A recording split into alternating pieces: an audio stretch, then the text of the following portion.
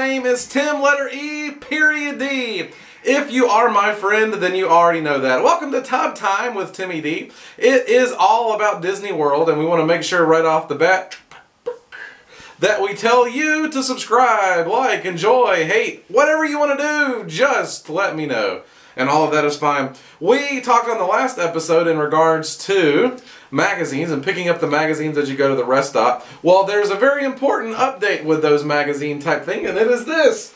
Of course, we have the Attractions magazine. Well, lo and behold, we flip on over to page 13, lucky number 13, who should be right there? Tub Time with Tim E. period D. It says, watch the new show online. We have Disney information. No, before you go. Prize giveaways, including gift cards and mustard. Then we have fun contests like Find Tim and Win, or maybe throw Tim in the bush and lose. Then we also have Win a Pizza Party. So all kinds of fun, awesome stuff here. Attractions magazine. It's interesting, I never have actually read through Attractions magazine. I've been a fan of theirs online, and so on and so forth. And now here I am in the magazine. Bigger and better things always happening at the old Tub Time with Timmy D. Here's your trivia clue from Anthony Casanova. The book is by the number. Huh? There's a lot of numbers. Disney by the numbers. That sounds better. And it is this: 122 feet. We're going to come back and tell you in just one moment, so hang tight. However, today we're going to be talking about extinct attractions at Disney World, and more specifically, my favorites, some of my favorites. Well, right off the, let's choose a different one instead of bat. Right off the catching in football. We want to let you know one of my favorites, Epcot World of Motion. It's fun to be free, to be on the move.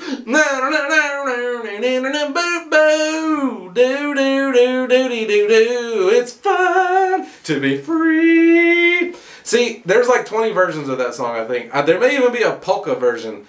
Or disco, I'm not sure. Fun to be free. So I like that one, World of Motion.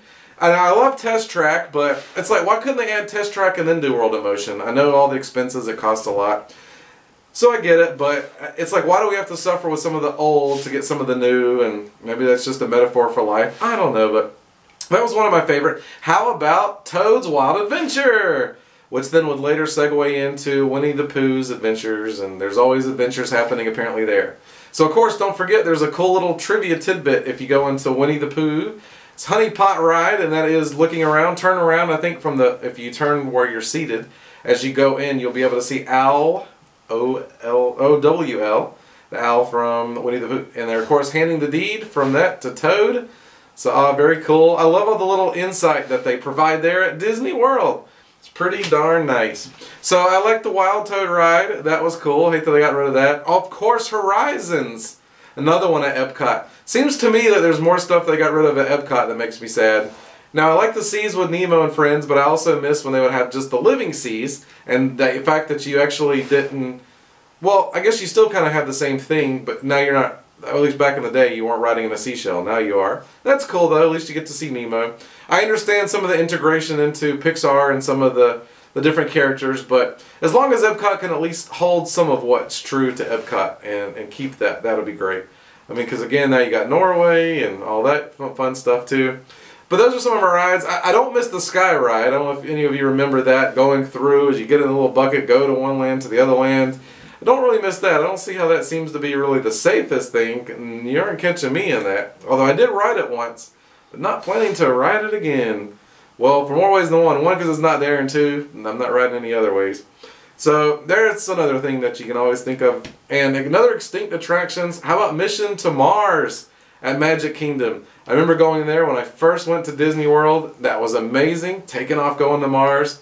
Now they have something similar to Mars, which is over at Epcot, and the rumor has it that that may be changing. So you never know, Disney World's always changing things here and there, and that's always what makes things kind of magical there. Get new experiences. As long as Figment still stays. I know a lot of people aren't happy with the current formation of it, but as long as it at least stays somewhat to what it was and used to be, then I guess I'll be happy. I'd rather have some Figment than no Figment at all.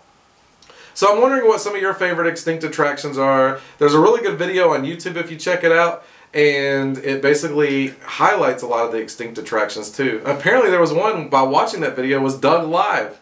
It's like, I didn't even remember that they had that. So I guess that's the problem. For a while I wasn't going to Disney World, but every like 4 years, and now I go a lot more than that. So I guess when you miss every 4 years, you miss quite a bit. Well, that's all the time that we have for today, but one thing we do have before we leave is time to see how good this stuff smells. It is our Finding Dory Shampoo Body Wash. It smells bubbly. Well, everybody, it is time for me to head on. Don't forget to enjoy all the things that we do. And until we see each other again, that's when we will see each other.